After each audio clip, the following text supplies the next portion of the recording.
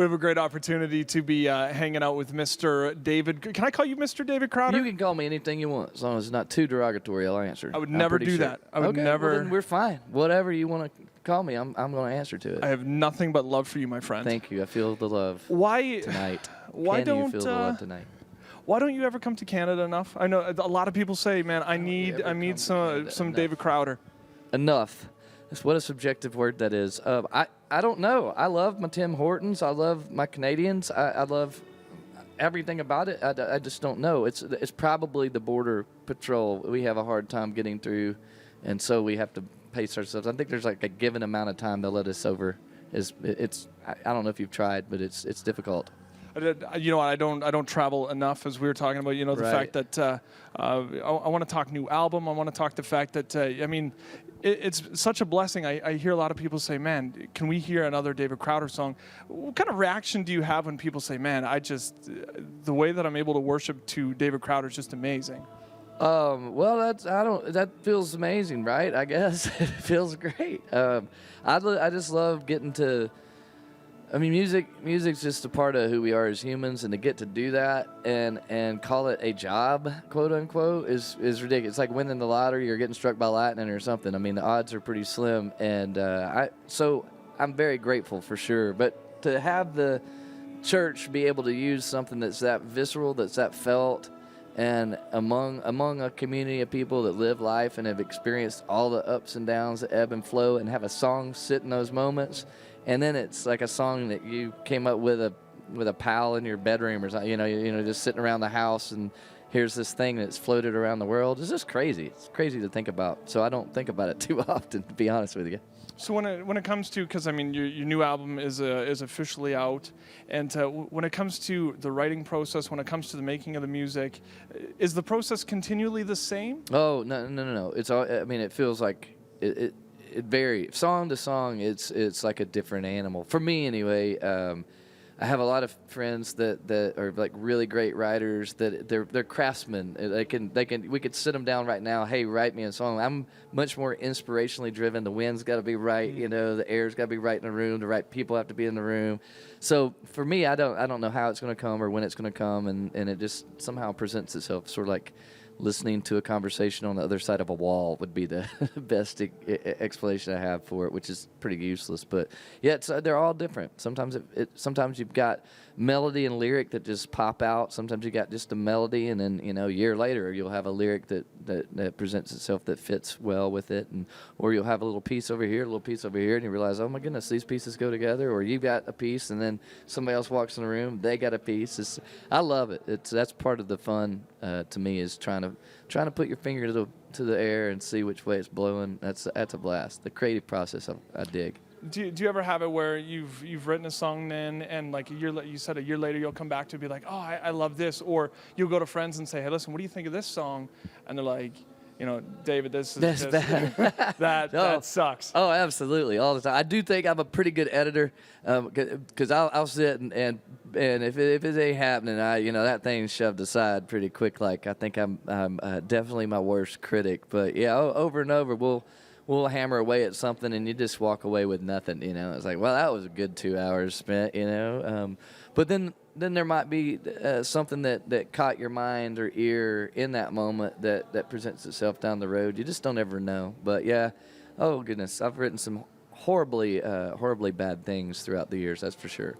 So with the new album, let's talk a little bit about it in the process of what is it that you're looking for? Is it after a while you're kind of tired of singing the same song, so you want to come out with something new, or what can we look forward to when it comes to this album? Well, this is coming out of a massive life change for me. I mean, I was part of David Crowder Band for I guess about 12 years. We were a band, and even though my name was in it, it was definitely a collective of people in a band in a real sense.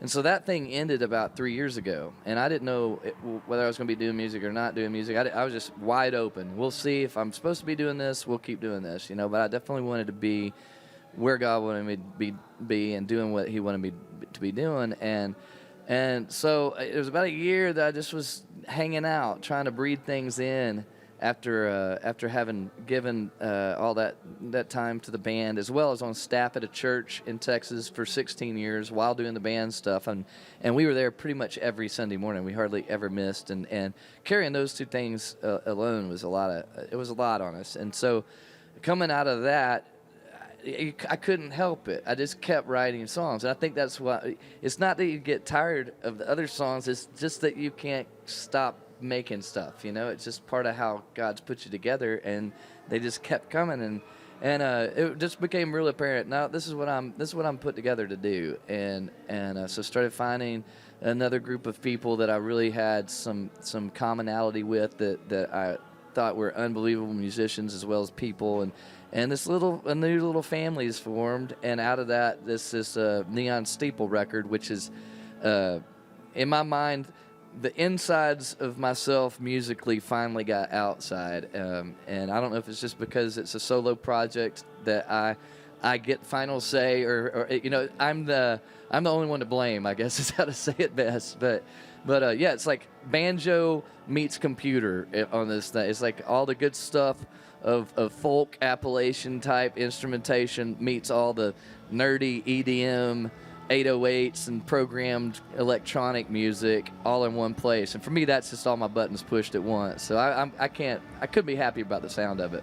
So, and I mean, I wanted to, how is the relationship with you and the guys? As soon as you said, we're not going to be David, you're now, it's like the other David Crowder. Yeah. We're no longer the David Crowder band. Totally. Was it? Man, well, that was a beautiful, I think that one of the things I'm proudest about that band is the way we ended, that we ended in a spot that doesn't make sense on paper. Like, as a band, you try so hard to get momentum going, to get people to hear your music, and if you get people to hear your music, then that's what is successful. And for us, that was never really the priority list. I think culture's organized in a way that is often antithetical to what Scripture presents. And for us, it was really apparent. No, this is a time that was beautiful, but this is time for a period to come to the end of that sentence. And there's something else coming. Who knows what?